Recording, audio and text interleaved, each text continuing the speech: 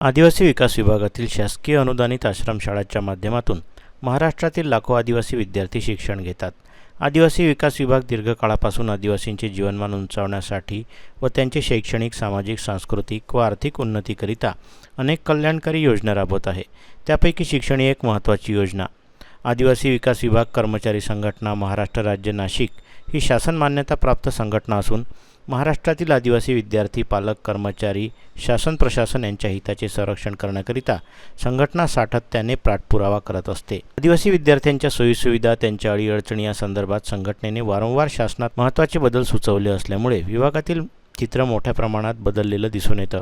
तथापि काही अतिशय महत्त्वाचे आणि जिव्हाळ्याचे विषय अद्यापपर्यंत प्रलंबित आहेत. अशाच महत्त्वाच्या मागण्यांकडे अमरावती विभागातील सर्व कर्मचारी धरणे आंदोलनाच्या माध्यमातून प्रशासनाचं लक्ष वेधून घेताना दिसले. अमरावती विभागातील सर्व पदांची पदोन्नती प्रक्रिया नियतकालिक वेळेनुसार प्रकर्षाने पूर्ण करावी.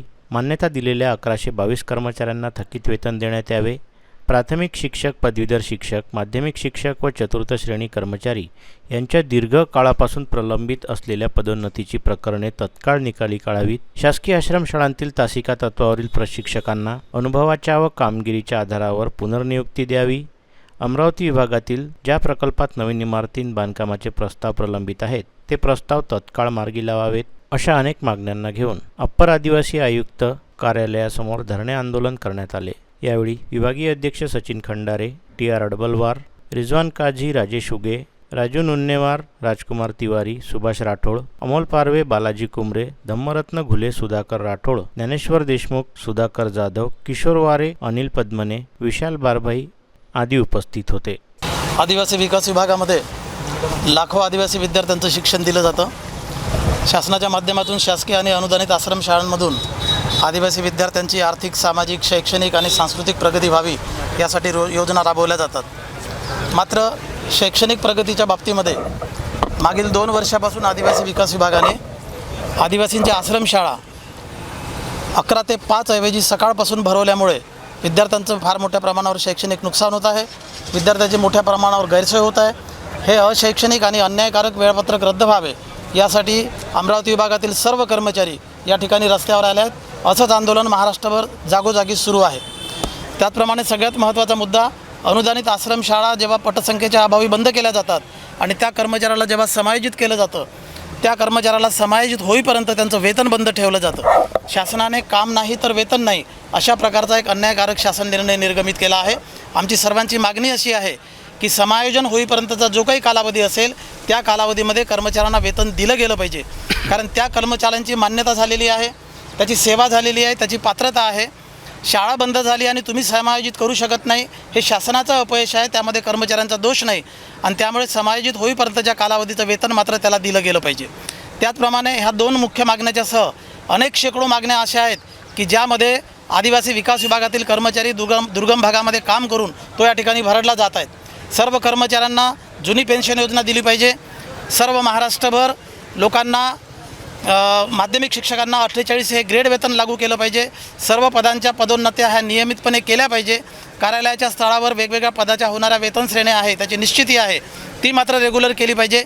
बदल्या करताना कोणावरही अन्याय होणार नाही हे सूत्र पाळलं पाहिजे. आणि DBT अनुदानित आश्रमशाळांना दिली गेली पाहिजे.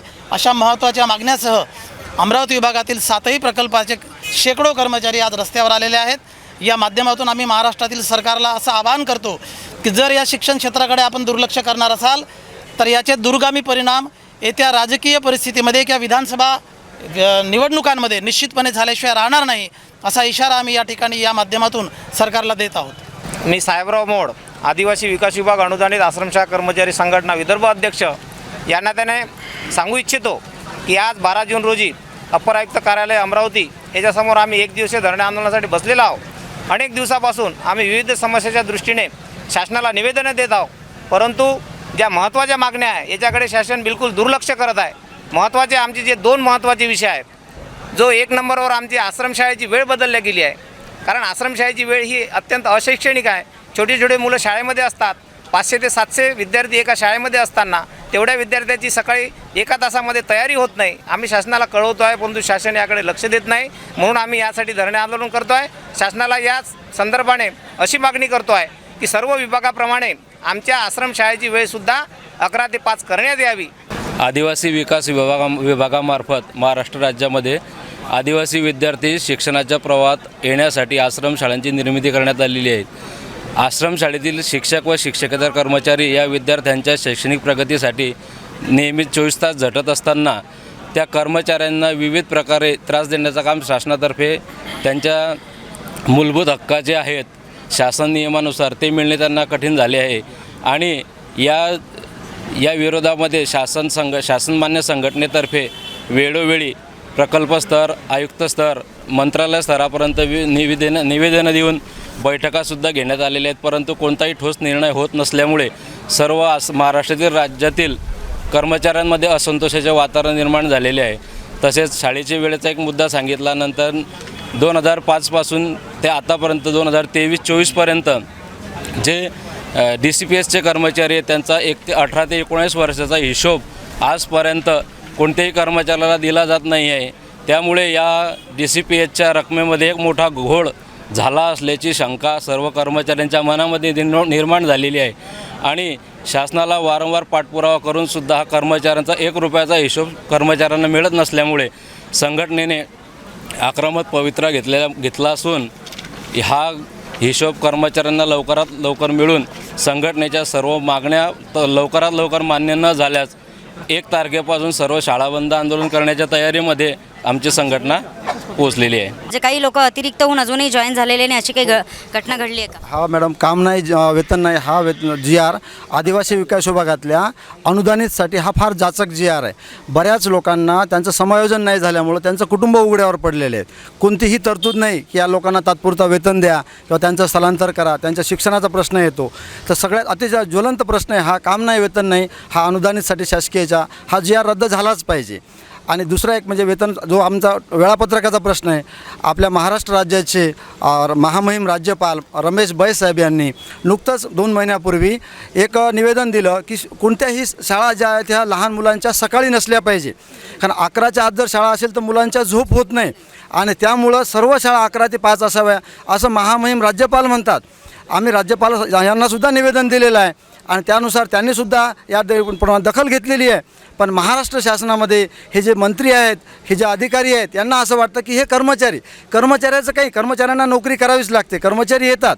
पण प्रत्यक्ष जे लहान मुलं आहेत त्यांना अतिशय त्यांचा जीवाला जे आहे म्हणजे उपाशी राहणे. जे लहान मुलं बरेच मुलं बाहेरून येतात. फक्त निवासी शाळा म्हणजे फक्त आदिवासी मुलं निवासीच राहतात असं नाही. 15 ते 20% मुलं बाहेरून येतात, ते उपाशी येतात. घरी सकाळी 7-7:30ला घरून निघणं कोणाचाच त्यांचं टिफिन होत नाही. अशा उपाशी मुलांची उपाशी राहतात. आणि बरेच मुलं असतात ते आदिवासी नसल्यामुळे त्यांच्या जेवणाची सुद्धा तरतूद नसते. फक्त आदिवासी मुलांना जेव घाला अशी तरतूद आहे. तर तो संबंधित अधीक्षक त्यांना कसं जेव घालणार, नियमातच बसत नाही. आता अतिशय ज्वलंत प्रश्न आहे मॅडम हा. 11 ते 5 हे जर वेळ असेल तर सर्वसामान्य म्हणजे महाराष्ट्रातल्या सर्व शाळा असतात, फक्त आदिवासी विकास विभागाच्या शाळा ह्या 11 ते 5 नाही आहेत.